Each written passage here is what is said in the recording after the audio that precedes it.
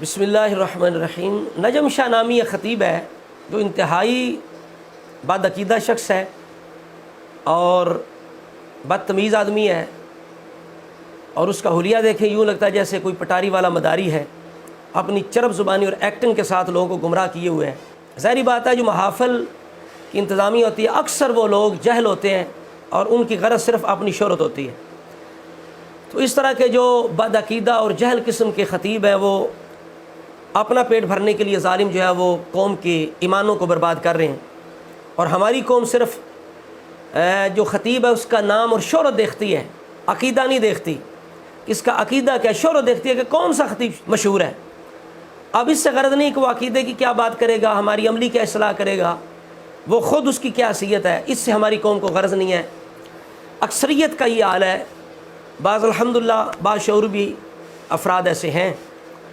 تو اب یہ جو نجم شاہ ہے اس کی اگر اپنی حیثیت دیکھیں تو اس قابل نہیں ہے کہ ہم اس کو مخاطب کریں، لیکن ہمارے پیش نظر عوام اہل سنت کا ایمان ہے، تو اس لیے ہم اپنی ذمہ داری اور ایک سید ہونے کے ناطے اپنی ذمہ داری کو پورا کرتے ہوئے تو میں نے سوچ و بچار کے بعد چاہا کہ اس کا رد کیا جائے، کیونکہ یہ بہت بڑا فتنہ ہے۔ اب اس بندے نے یہ جو بیان ہے اس کے اندر معاذ اللہ اس نے ایک تو علماء کی توہین کی بلکہ پوری امت کی توہین کی۔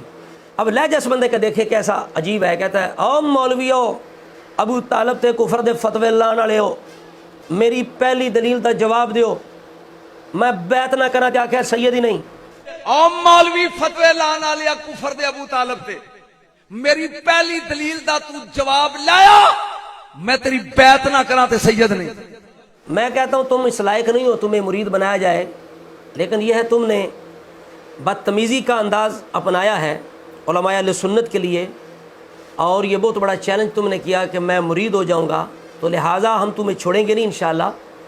جو بھی نجم شاہ کے علاقے کے علماء ہیں ذمہ دار، ان کی خدمت میں گزارش کروں گا کہ اس بندے کا پورا پیچھا کریں، اور یہ جو میرا بیان ہے یہ اس تک پہنچ تو جائے گا انشاءاللہ، لیکن پیچھا کرے کہیں کہ بھئی بیعت کرو چلو، ٹھیک ہے نا۔ پیاسا کنویں کے پاس آتا ہے، تو اسے لے کے میرے پاس آئیں تاکہ یہ میری بیعت کرے اور باقاعدہ تصویریں بنائی جائیں اور لوگوں کو بتایا جائے کہ جی نجم شاہ صاحب نے اپنی بات کو پورا کر دیا ہے۔ اور پھر اس آدمی نے اس بیان کے اندر قرآن مجید پر بھی جھوٹ باندھا ہے، اللہ تعالیٰ پر بھی جھوٹ باندھا ہے۔ آپ دیکھیے یہ شروع میں اس نے سٹارٹنگ یہاں سے کی، او مولویو ابو طالب تے کفر تے فتوے لان والے ہو، نا جی میری پہلی دلیل دا جواب دیو، تہاڈی بیعت نہ کرنا چاہ کے سید ہی نہیں۔ پھر کہتا ہے ایک کنا تو لوئیاں لا دیو ذرا، یعنی جو میں دلیل پیش کر رہا ہوں سنو اور میرا جواب دو۔ بہت بڑا انداز اور چیلنج تھا، لہجہ تھا، تو اس کے پیش نظر ہم نے سمجھا کہ ضرور اس سے پوچھنا چاہیے اور اس کا جواب دینا چاہیے۔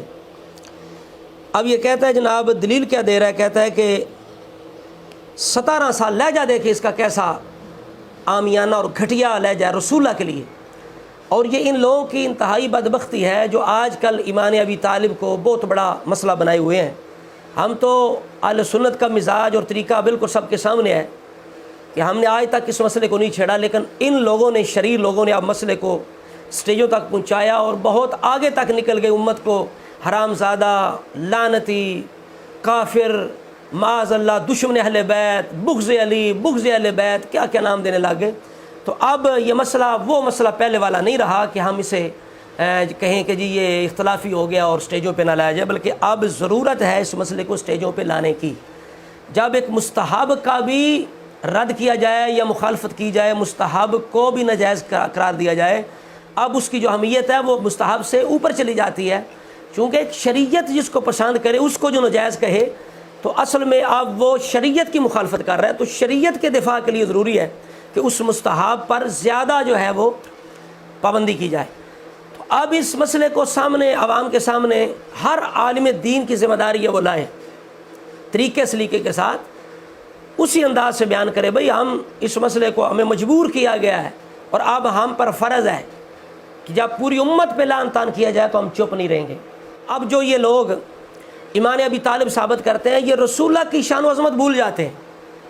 ابو طالب کے ایمان کو ثابت کرنے کے لیے ایسا گھٹیا لہجہ رسول اللہ کے لیے استعمال کرتے ہیں، دیکھو جی وہ نمک کھاتے رسول اللہ، وہ پالتے رہے، نبی پلتا رہا، 17 سال نبی کھاتا رہا، یہ لہجہ اس کا نجم شاہ کا۔